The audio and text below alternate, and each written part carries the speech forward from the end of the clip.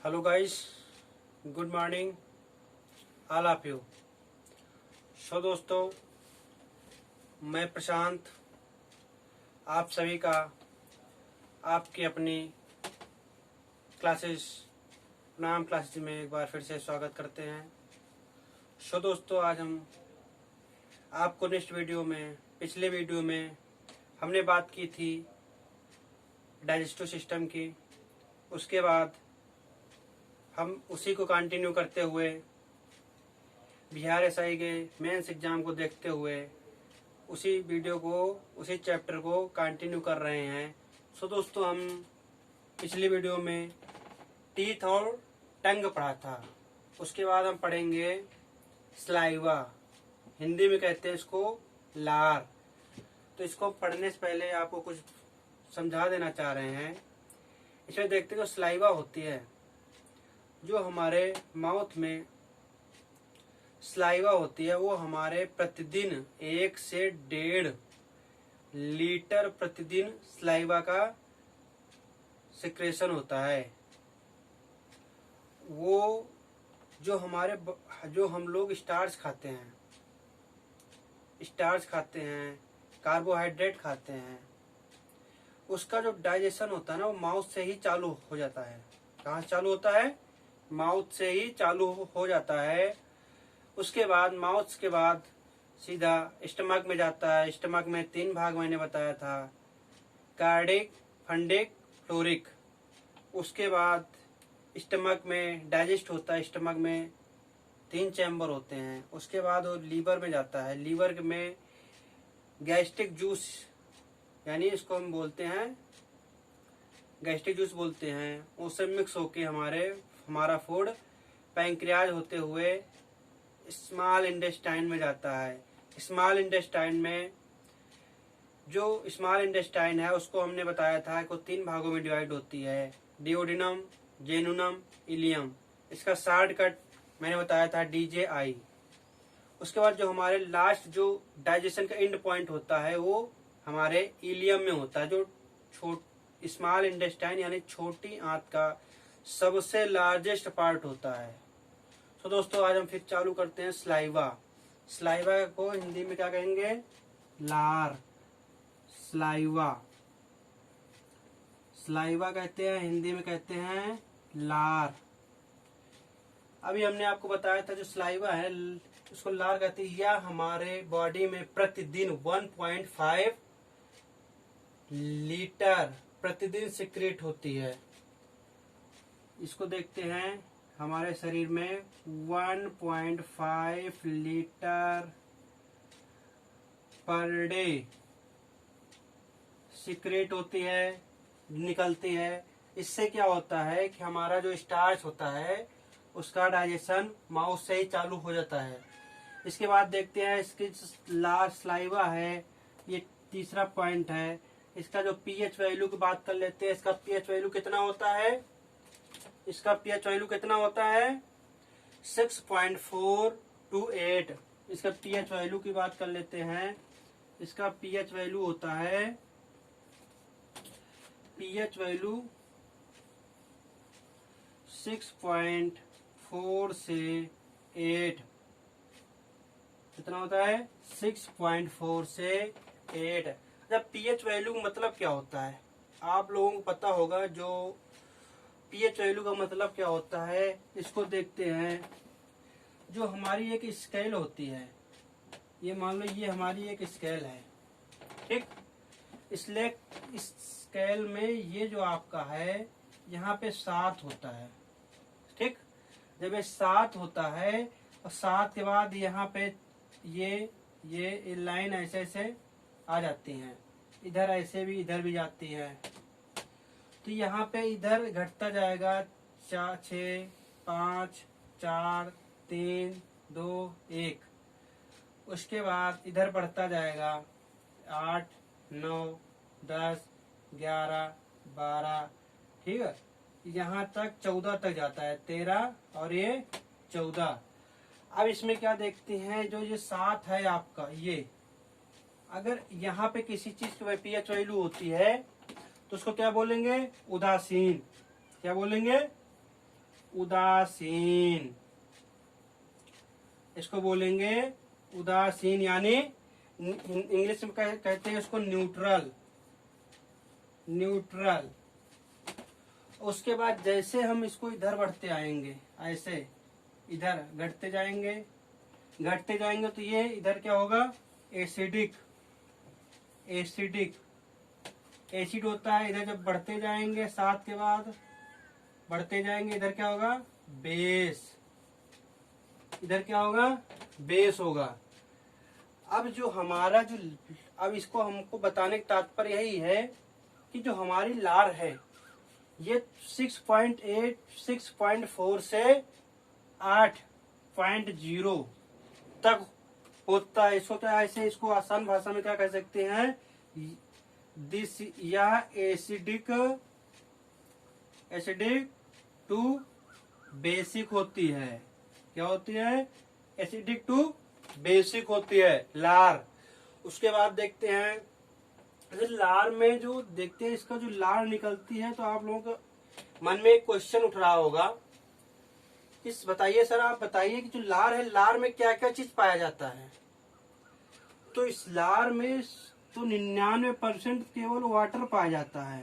कितना, 99% वाटर पाया जाता है, और 1%, ये परसेंट है, और 1% इसमें 1% क्या पाया जाता है, एंजाइम, एंजाइम लार में पाया जाता है। ये हो गया। अब उसके बाद जब 1% एंजाइम पाया जाता है तो एंजाइम, अब आपके दिमाग में एक और क्वेश्चन घूमा होगा, उठा होगा, उसका मतलब क्या है कि सर जी बताइए, एंजाइम तो पाया जाता है लेकिन कौन सा एंजाइम पाया जाता है।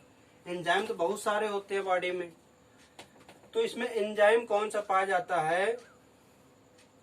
जो एंजाइम, जो 1% एंजाइम पाया जाता है वो डाइजेशन जो हमारा स्टार्ट होता है उसको डाइजेस्ट करने के लिए एक एंजाइम पाया जाता है। जो एंजाइम होता है वो किससे बनता है, प्रोटीन से। जब वो प्रोटीन से बनता है तो प्रोटीन, प्रोटीन की यूनिट क्या होती है, unit of protein amino acid. जो अमीनो एसिड होता है, जब अमीनो एसिड होता है तो ये जो एंजाइम है, एंजाइम किससे बनता है, प्रोटीन से। प्रोटीन को हिंदी में भी प्रोटीन कहते हैं। और यूनिट ऑफ प्रोटीन क्या होती है दोस्तों, वेरी वेरी इंपॉर्टेंट है, unit of protein amino acid. क्या होता है, amino acid, unit of protein amino acid होता है। उसके बाद बात कर लेते हैं, unit of protein amino acid होता है। उसके बाद हम बात करेंगे जो स्लाइवा है, स्लाइवा में 2 एंजाइम पाए जाते हैं। जो स्लाइवा है, स्लाइवा में 2 एंजाइम पाए जाते हैं। कौन कौन से हैं, एक देखो, जो स्लाइवा में 2 एंजाइम पाए जाते हैं कौन कौन से हैं, टाइलिन है और एमाइलोज है।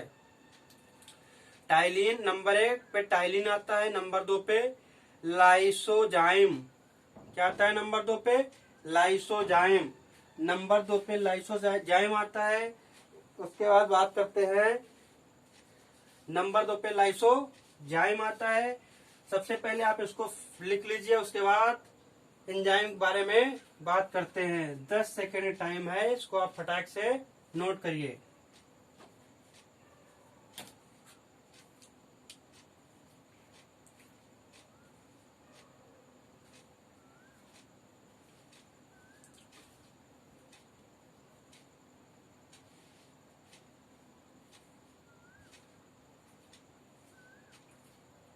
सो दोस्तों, उम्मीद करता हूँ कि आप लोग इसे नोट कर लिए होंगे। तो अब इसके बाद देखते हैं, इसको रब करते हैं, नेक्स्ट पॉइंट के बारे में बात करते हैं, सलाइवा एंजाइम। क्या, एंजाइम ऑफ सलाइवा, उसके बारे में बात करते हैं। सलाइवा में एंजाइम पाया जाता है, कौन कौन से एंजाइम होते हैं उसके बारे में हम बात करते हैं। तो अभी हमने आपको बताया था सलाइवा में 2 एंजाइम पाए जाते हैं। टाइलिन, टाइलिन पाया जाता है जो हमारे स्टार्च का डाइजेशन करता है मुंह से। और दूसरा क्या पाया जाता है, एमाइलेज लाइसोजाइम। कौन सा होता है, लाइसोजाइम होता है। वो क्या करता है, किलिंग ऑफ बैक्टीरिया। जैसे हम लोग कुछ खाना खाते हैं, कोई चीज खा लेते हैं, उसमें जो छोटे छोटे बैक्टीरिया होते हैं वो हमें पता नहीं होता है कि हमारे बॉडी को हानिकारक है या लाभदायक है। अगर हानिकारक बैक्टीरिया होते हैं तो जो हमारा लाइसोजाइम एंजाइम है वो बैक्टीरिया को माउथ में ही किल कर देता है। तो सलाइवरी एंजाइम, तो कौन सा है, सलाइवरी एंजाइम। सलाइवरी एंजाइम, इसके बारे में बात करते हैं, सलाइवरी एंजाइम के बारे में।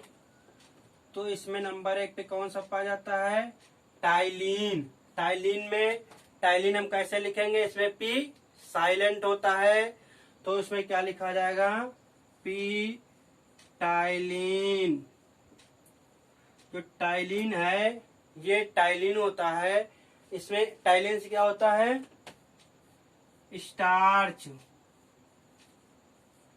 स्टार्च का डाइजेशन होता है टाइलिन से। स्टार्च का जो डाइजेशन होता है, स्टार्च किसमें टूटता है, स्टार्च डाइजेस्ट होकर किसमें टूटता है, मल्टोज। किसमें टूटता है, मल्टोज में। स्टार्च किसमें टूटता है, स्टार्च मल्टोज में टूटता है। और माउथ में कार्बोहाइड्रेट का भी पाचन होता है। क्या, माउथ में कार्बोहाइड्रेट का भी पाचन होता है। माउथ में कार्बोहाइड्रेट का पाचन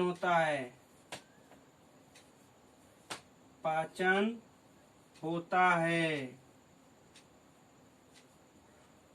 अब दोस्तों एक तो आपका टाइलिन हो गया, जिसमें मैंने बताया स्टार्च का डाइजेशन होता है। स्टार्च डाइजेशन के बाद स्टार्च मल्टोज में टूटता है। उसके बाद जो कार्बोहाइड्रेट होता है उसका भी डाइजेशन माउथ से ही स्टार्ट हो जाता है। उसके बाद जो सेकेंड एंजाइम है उसको क्या कहेंगे, सेकेंड एंजाइम को कहेंगे lysozyme.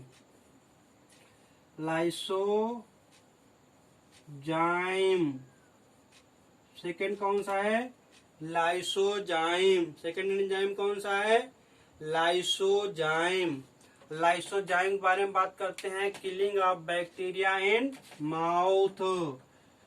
Killing of bacteria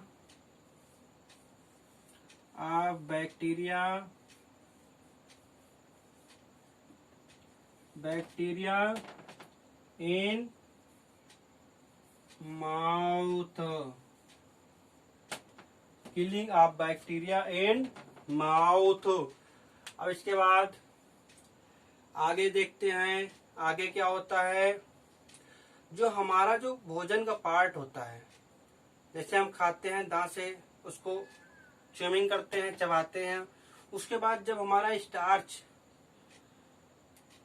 digest हो जाता है और कार्बोहाइड्रेट डाइजेस्ट हो जाता है, उसके बाद जो पार्ट बचता है उसको क्या कहेंगे, बोलस। क्या कहेंगे, वेरी वेरी इंपॉर्टेंट है, बोलस। क्या कहेंगे उसको, बोलस कहते हैं। तो digestive food found in mouth, digestive food in mouth known as bolus. ये थर्ड नंबर है, डाइजेस्टिव फूड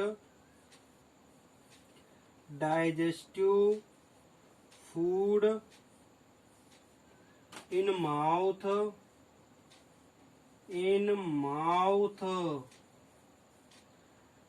is known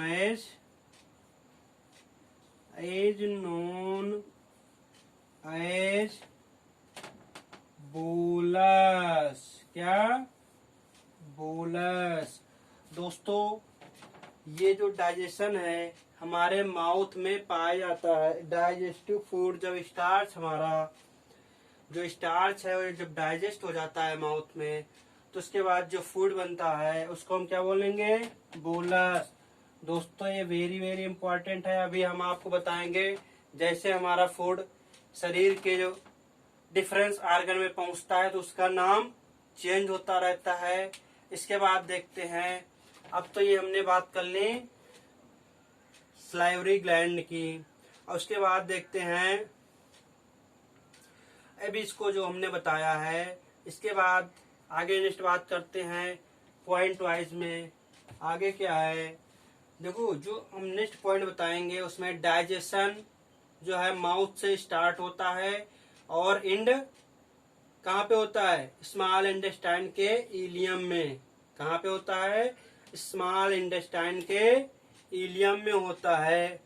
उसके बाद नेक्स्ट पॉइंट है HCl। क्या? HCl। HCl acid secrete by HCl acid secrete by partial cell in stomach. HCl acid secrete by HCl acid secrete by HCl acid secreted by partial cell in stomach।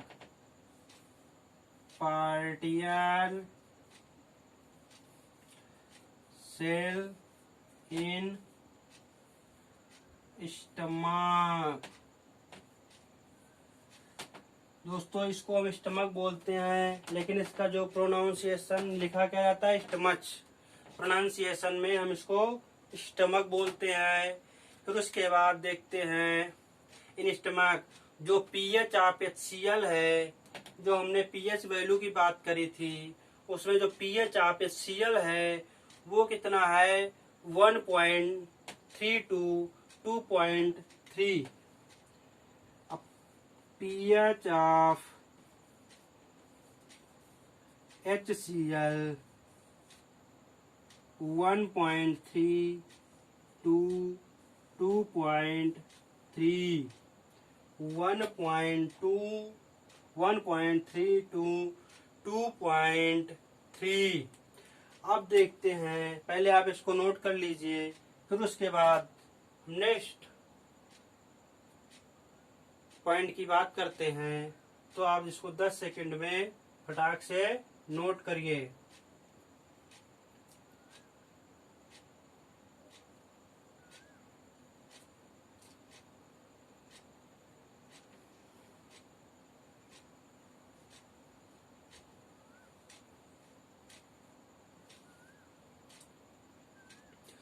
दोस्तों उम्मीद करता हूँ आप लोग इसको note कर लिए होंगे, तो इसको हम रब करते हैं। अब नेक्स्ट पॉइंट है कि स्टमक में एक पार्ट पाया जाता है, उसको हम इंग्लिश में बोलते हैं रूगी। क्या बोलेंगे? रूगी। स्टमक में एक पार्ट पाया जाता है, उसको हम क्या बोलते हैं? रूगी। उसमें क्या होता है उसके बारे में हम आपसे अभी कुछ ही मिनट में बात कर रहे हैं। तो अब नेक्स्ट बात करते हैं नेक्स्ट पॉइंट की। इसी में अभी हम चल रहे हैं रूगी। ROUGEE। क्या होता है? नेक्स्ट पॉइंट 6 है ROUGE। रूगी के बारे में हम बात करते हैं दोस्तों। रूगी जो होता है, रूगी फाउंड इन स्टमक। जो रूगी होता है वो फाउंड इन स्टमक। तो इसको पहले rugae found in stomach. Stomach stomach rugae के 3 पार्ट होते हैं, 2 पार्ट होते हैं। एक पार्टिकल सेल पैरिटल सेल, दूसरा म्यूकस मेम्ब्रेन। दूसरी कौन सी होती है? Mucus membrane. रूगी जो है रूघी के दो पार्ट होते हैं,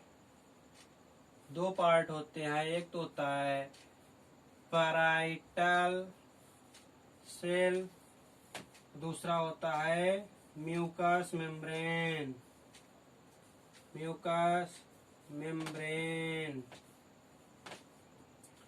दूसरा क्या होता है, म्यूकस मेम्ब्रेन होता है।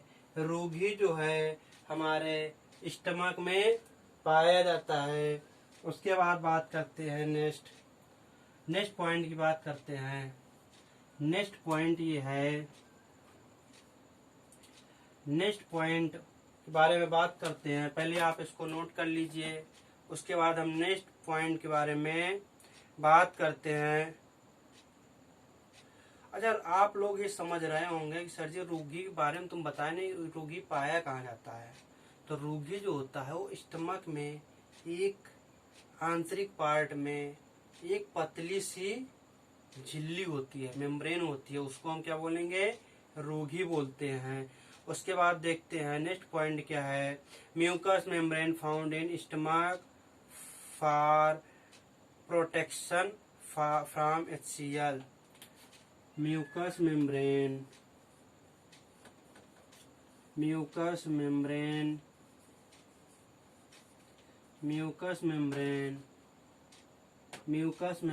found in stomach, mucous membrane found in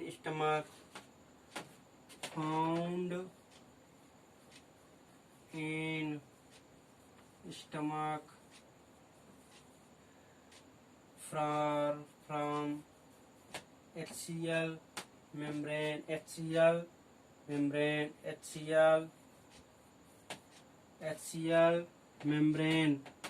इसमें फाउंड होता है for HCl, protection from HCl, यहाँ पे होगा protection from HCl, protection from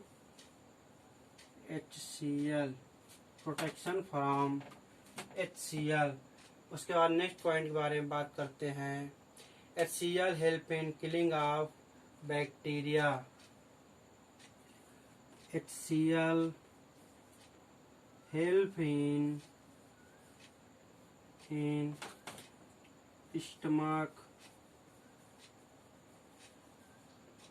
killing of bacteria.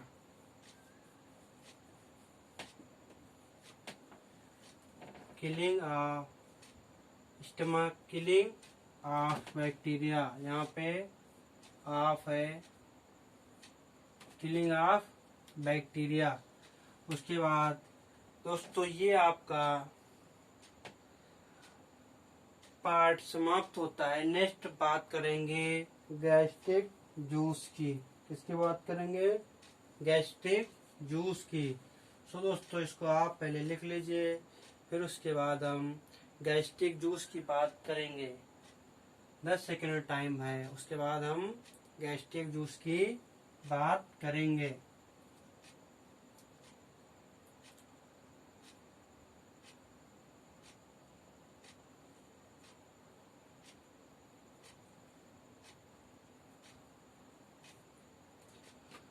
दोस्तों यहीं पे नीचे ही गैस्ट्रिक जूस की बात करते हैं।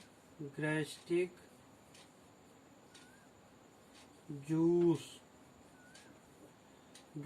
जूस को भी हिंदी में भी हम गैस्ट्रिक जूस कहते हैं। इसमें क्या होता है, गैस्ट्रिक जो जूस है ना, गैस्ट्रिक जूस जो होता है वो सबसे पहले पेप्सिन, रेनिन, दो होते हैं गैस्ट्रिक जूस। पेप्सिन होता है, रेनिन होता है। कौन कौन से होता है, पेप्सिन,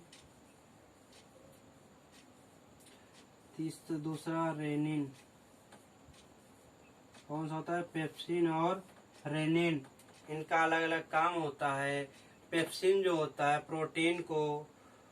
प्रोटीन को पेप्टोन में चेंज करता है। पेप्सिन प्रोटीन को पेप्टोन में चेंज करता है, पेप्टोन में तोड़ता है। और जो रेनिन होता है, रेनिन क्या होता है, जो हमारा मिल्क होता है, कैसिन, क्या कैसिन को पैराकैसिनेट में तोड़ता है, कैसिन को पैराकैसिनेट में तोड़ता है, कैसिनेट में तोड़ता है। जो रेनिन होता है मोस्टली हमारे जो बच्चे होते हैं उनमें, उनके स्टमक में सिक्रेट होता है, क्योंकि जो बच्चे होते हैं वो 6 मंथ तक दूध ही पे उनका भोजन, दूध ही उनका भोजन होता है। उसके बाद नेक्स्ट पॉइंट की बात करते हैं, गैस्ट्रिक जूस खत्म होता है। और इसके बाद देखते हैं जो digestive food in stomach in known as chyme. एक पॉइंट और लिख लेते हैं, digestive food in stomach, digestive food in stomach is known as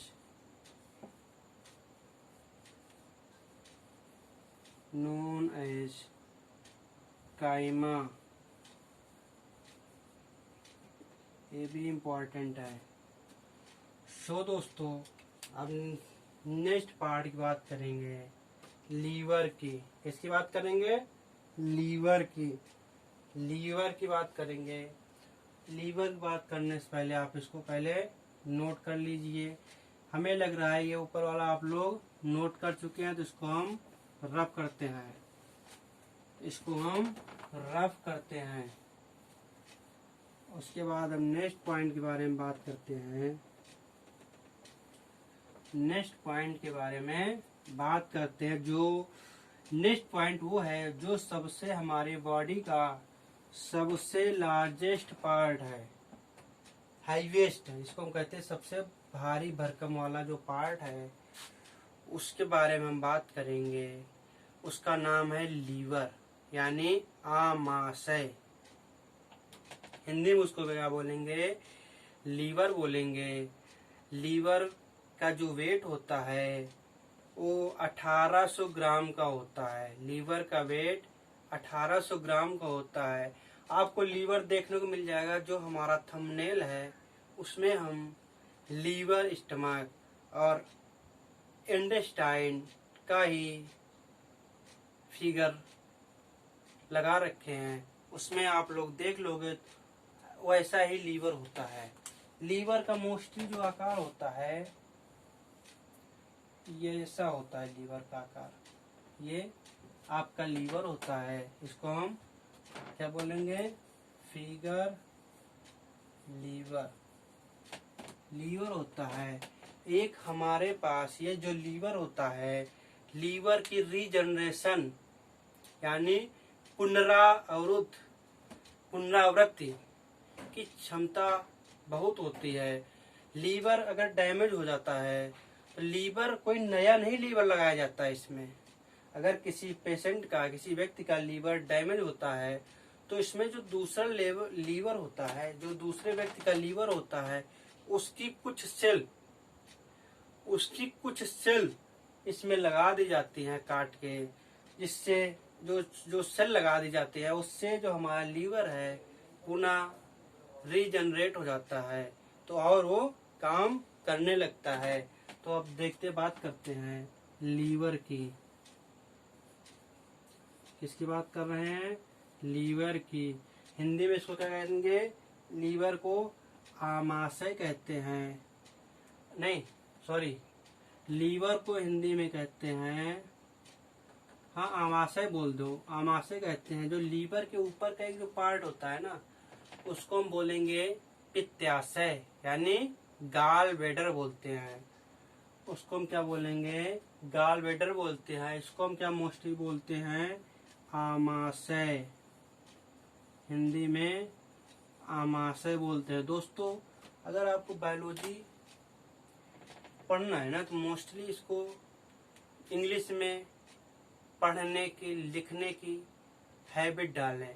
अगर इंग्लिश में नहीं पढ़ पा रहे लिख पा रहे हैं तो इसको आप मिक्स लैंग्वेज दोनों हिंदी और इंग्लिश में दोनों में लिखने की हैबिट डालें। इससे ये होगा ना कि बायोलॉजी में कुछ ऐसे वर्ड हैं जो आप हिंदी में समझ ही नहीं पाओगे, वो इंग्लिश में आसान रहते हैं लेकिन हिंदी में नहीं समझ पाओगे। उसके बाद देखते हैं, इसका तो एक पॉइंट यही हो जाएगा, this is highest part of the body, liver is highest organ of the body. पहला पॉइंट है liver is highest part highest organ of the body. Highest की स्पेलिंग देख लेते हैं। हैवी की स्पेलिंग क्या होती है? Highest,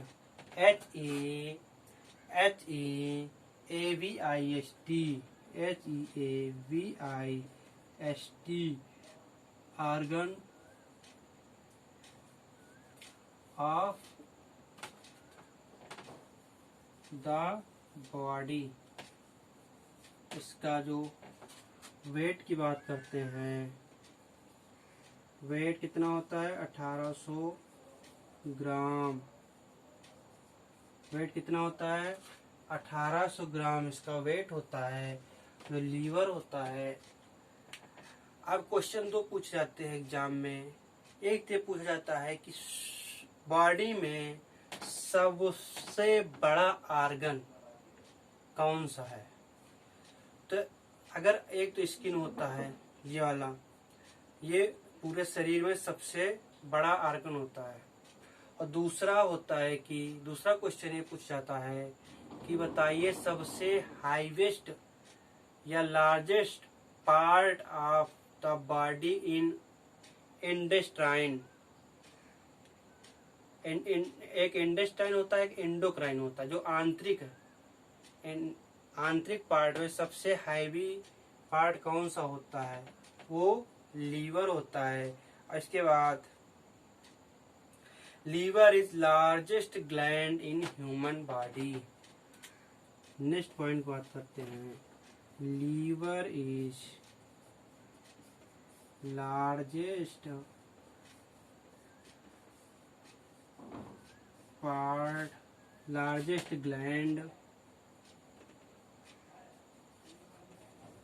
gland in human body. Liver is largest gland in human body. तो दोस्तों नीचे का हम फिनिश करते हैं, रब करते हैं। अब इसमें के बारे में बात करते हैं। उसके बाद ये हो गया लीवर के बारे में। अब नेक्स्ट पॉइंट के बारे में बात करते हैं, लीवर में कौन सा है? Regeneration capacity found in the regeneration liver. भाई हमने बताया जो regeneration capacity,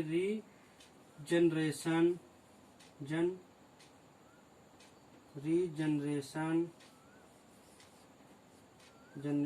capacity found in liver, capacity found in liver. उसके बाद फोर्थ बात कर लेते हैं, जो लीवर है तो रीजनरेशन कैपेसिटी होती है लीवर में ना। लीवर के ऊपर भाग में पित्ताशय होती है आंतरिक संरचना में। ऐसे ये लीवर है, लीवर के पास यहाँ पे ऐसे आंतरिक संरचना होती है, इसको क्या कहेंगे? पित्ताशय बोलते हैं। क्या बोलते हैं? पित्ताशय। इसको क्या बोलेंगे? पित्ताशय। इंग्लिश में क्या बोलेंगे? Gall bladder. इसको क्या बोलेंगे? Gall bladder. दोस्तों गॉल ब्लैडर का काम क्या होता है? जो हमारा गैस्ट्रिक जूस होता है, एक तो HCl होता है, एक HCl होता है एंजाइम जो हमारा स्टमक में सिक्रेट होता है। दूसरा होता है पित्त रस, ठीक है। इसको हम क्या कहते हैं? Gastric juice. गॉल ब्लैडर से बनाए गैस्ट्रिक जूस, जो हमारा सिक्रीशन तो लीवर करता है लेकिन उसका जो संचय है, स्टोरेज है, वो गॉल ब्लैडर करता है। दोस्तों इसमें हम आपको समझाना चाह रहे हैं, जो हमारे कभी कभी हमारे लोगों के बीच में गॉल ब्लैडर में स्टोन पाए जाते हैं। जब गॉल ब्लैडर में स्टोन पाए जाते हैं, तो गॉल ब्लैडर में स्टोन कैसे बनते हैं, क्यों बनते हैं, इसके बारे में आप लोगों ने कभी सोचा है? नहीं।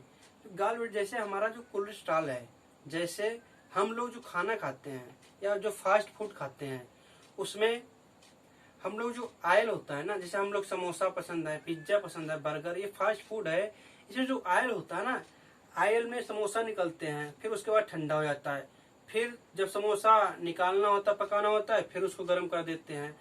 तो जब एक बार तेल एक बार गर्म होता है, फिर ठंडा हो जाता है, दोबारा फिर गर्म होता है, तो उससे तेल से कोलेस्ट्रॉल बनता है। सो दोस्तों, जो कोलेस्ट्रॉल होता है ना, वो बॉडी के लीवर में जमने लगता है। जब लीवर में जमने लगता है, वो धीरे धीरे गैस्ट्रिक जूस के साथ, पित्त रस के साथ धीरे धीरे गॉल ब्लैडर में इकट्ठा होने लगता है। उसके जब इकट्ठा हो जाता है ना, तो वो एक पत्थर का रूप ले लेता है। जब पत्थर का रूप ले लेता है, तो गॉल ब्लैडर में स्टोन हो जाता है। ये जो हम बता रहे हैं ना, ये वेरी इंपॉर्टेंट है। ये क्वेश्चन आ चुका है। ये क्वेश्चन हमारे लोअर पीसीएस जो अभी 30 सितंबर 2019 को हुआ था, उसमें एक क्वेश्चन आया था। मैं खुद अटेम्प्ट करके आया था। उसके बाद जब ये हो जाता है, तो जब हम इसका ट्रीटमेंट कैसे करते हैं, ट्रीटमेंट के लिए पहले लोग कहते थे कि हम पत्थर निकाल देंगे और इसको गॉल ब्लैडर को निकाल के धुल के लगा देंगे। ऐसा नहीं, अगर आप दोबारा लगा दोगे ना, फिर इसमें आपके लीवर में कोलेस्ट्रॉल है, फिर हो सकता है। इसका बस एक ही उपाय होता है कि आप इस पूरे गॉल ब्लैडर को ही निकाल दो। उससे क्या होगा, अब आपके मन में एक क्वेश्चन और उठ रहा होगा, सर जी अगर आप इसको हम निकाल देंगे तो हमारा लीवर काम कैसे करेगा? लीवर पे कोई इफेक्ट नहीं पड़ेगा। तो लीवर जो है पित्त रस सिक्रेट तो करता है, गैस्ट्रिक जूस तो सिक्रेट करेगा ही, बस स्टोर नहीं कर पाएगा। स्टोर नहीं कर पाएगा क्या मतलब? ना स्टोर करे, सिक्रेशन तो हो ही रहा है। तो अब उसके बाद हम बात इसकी वो पॉइंट वाइज हम लिखने का प्रयास करते हैं। तो देखते हैं, नेक्स्ट पॉइंट हमने क्या होता है, liver made up from hepatic cell. Liver made up from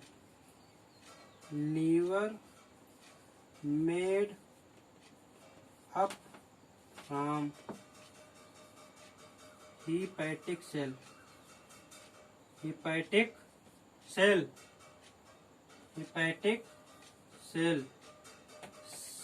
liver made up from hepatic cell. फिर उसके बाद बात करेंगे, study of liver is known as hepatology. Point number 5, study of liver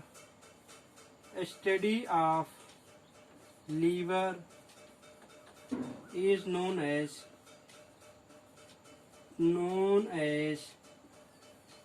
hepatology। क्या?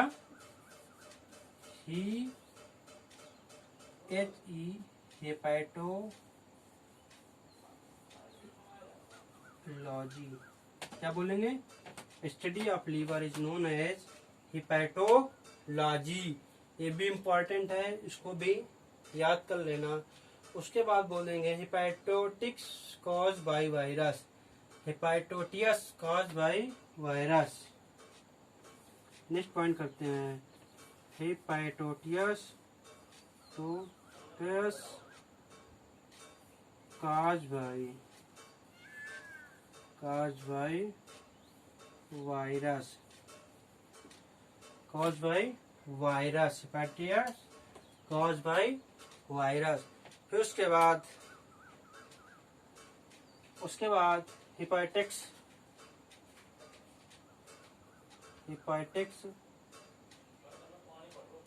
कॉज बाय वायरस, ये TICS, hepatitis cause by virus.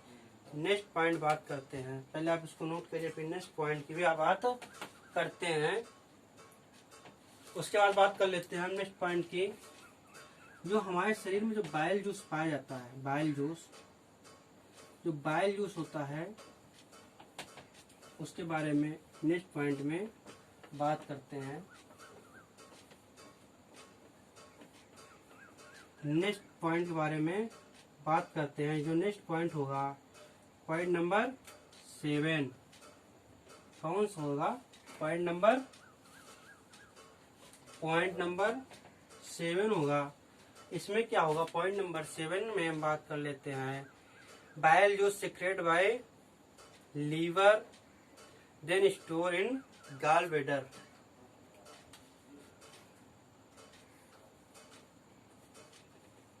Bile juice secrete by liver, sorry दोस्तों, जो हम उसमें जो यहाँ पे हमने गैस्ट्रिक जूस बताया था वो गैस्ट्रिक नहीं बाइल जूस होगा। अभी हमारे दिमाग में आया जब हम इसको लिख रहे थे, तो उसके लिए सॉरी चाहते हैं। तो इसको क्या होगा? Bile juice secrete by liver and store in gall bladder. Store in gall bladder. उसके बाद नेक्स्ट पॉइंट के बारे में बात करते हैं। नेक्स्ट पॉइंट है bile juice basis in nature due to present of sodium bicarbonate. Bile juice इसको रब करते हैं। Bile juice basic of nature present in bile juice present in basic of nature bile juice present in bile juice basic in nature bile juice basic in nature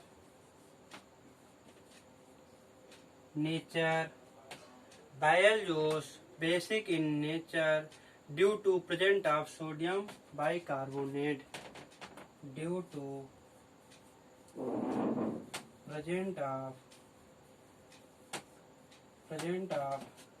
sodium bicarbonate. Sodium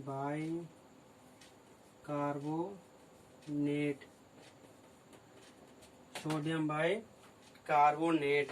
सो दोस्तों, उसके बाद जो हमने बताया था gall bladder जो stone होता है वो कोलेस्ट्रॉल से भी होता है। उसके बाद अगर कोलेस्ट्रॉल की मात्रा भी कम है लीवर में, उसके बाद अगर आपके बॉडी में सोडियम बाइकार्बोनेट की भी मात्रा ज़्यादा है तो उससे भी हमारा गॉल ब्लैडर में स्टोन हो जाते हैं। तो इसमें gall bladder stone point number 9 gall bladder stone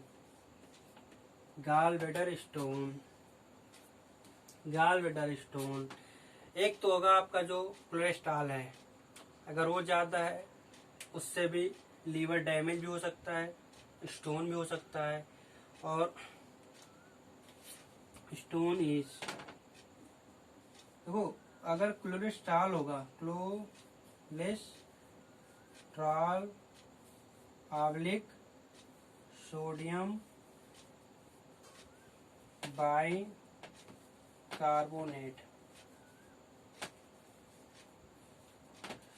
दोस्तों 90% चांस है कि ये आएगा। ये अगर पहले ये अगर ऑप्शन में ये आ रहा तो इसको मार देना, अगर ये आ रहा तो इसको भी मार देना। हम आपको दोनों चीज बता रहे हैं, दोनों में कोई भी आया तो आपको करके आना है, छोड़ के नहीं आना है। उसके बाद देखते हैं नेक्स्ट पॉइंट है एक्सेस ऑफ। नेक्स्ट पॉइंट की बात करते हैं excess of bilirubin in human blood. 10 है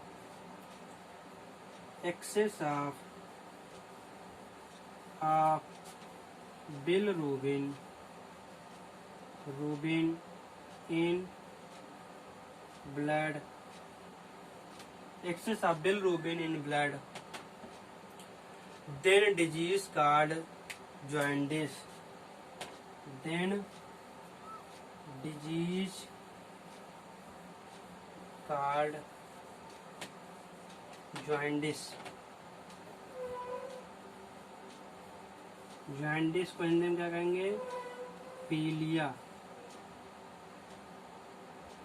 या पीलिया ऐसे भी लिख सकते हैं, पीलिया। इसमें क्या होता है, ये हमारे जो ये हैं हाथ, ये हल्के हल्के पीले हो जाते हैं, गांठों में इसके लक्षण होते हैं, जोड़ों में हमारे दर्द होना शुरू हो जाता है। और इसके बाद लीवर डैमेज इन जॉइंटिस, अगर ज्यादा जॉइंटिस हो गया, पीलिया हो गया, तो उसमें हमारा लीवर डैमेज हो जाएगा, हो सकता है।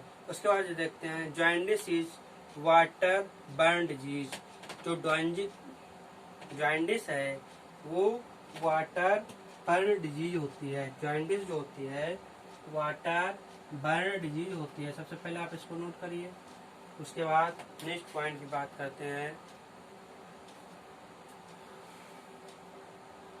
नेक्स्ट पॉइंट की बात कर लेते हैं कि जो जॉइंटिस होती है वो वाटर बर्न डिजीज होती है। उसके बाद जो लीवर की बात कर लेते हैं। लीवर में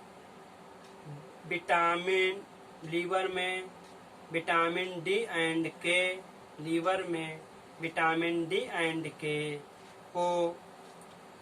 एंड के सिंथेसाइज्ड इन लीवर। लीवर में विटामिन डी और के पाया जाता है। उसके बाद नेक्स्ट पॉइंट की बात करते हैं। नेक्स्ट पॉइंट की बात कर लेते हैं विटामिन ए डी ई के। विटामिन ई डी ई के यानी कीड़ा। ये तो वाटर घुलनशील विटामिन है, वाटर सॉल्युबल विटामिन होते हैं। ये लीवर में भी पाए जाते हैं। जो glycogen store in liver, glycogen store in liver. Glycogen कहाँ पे स्टोर होता है? लीवर में स्टोर होता है। फिर उसके बाद बात करते हैं नेक्स्ट पॉइंट की। One and only carbohydrate synthesized in human body. One and only carbohydrate synthesized in human body. Maximum digestion in found duodenum small intestine. Maximum digestion in found small intestine के part duodenum में maximum digestion पाया जाता है। उसके बाद बात कर लेते हैं। उसके बाद digestion of fat by bile juice. Digestion of fat, जो फैट का डाइजेशन होता है वो हमारे बाइल जूस के द्वारा होता है। सो दोस्तों, आज ये हमारा लीवर चैप्टर समाप्त होता है। उसके बाद हम बात करेंगे पैंक्रियाज की बात करेंगे। इसके लिए हम आपको आपके साथ नेक्स्ट क्लास में बात करेंगे। तब तक के लिए आपसे हम इसको फिनिश करना चाहते हैं, विदा लेना चाहते हैं। अगर दोस्तों आपको हमारा वीडियो अच्छा लगे तो लाइक करें, सब्सक्राइब करें और कमेंट करना ना भूलें। सो दोस्तों, आप लोगों से अनुरोध है कि आप लोग अपना अपना ओपिनियन जरूर देते रहें। सो दोस्तों, थैंक यू।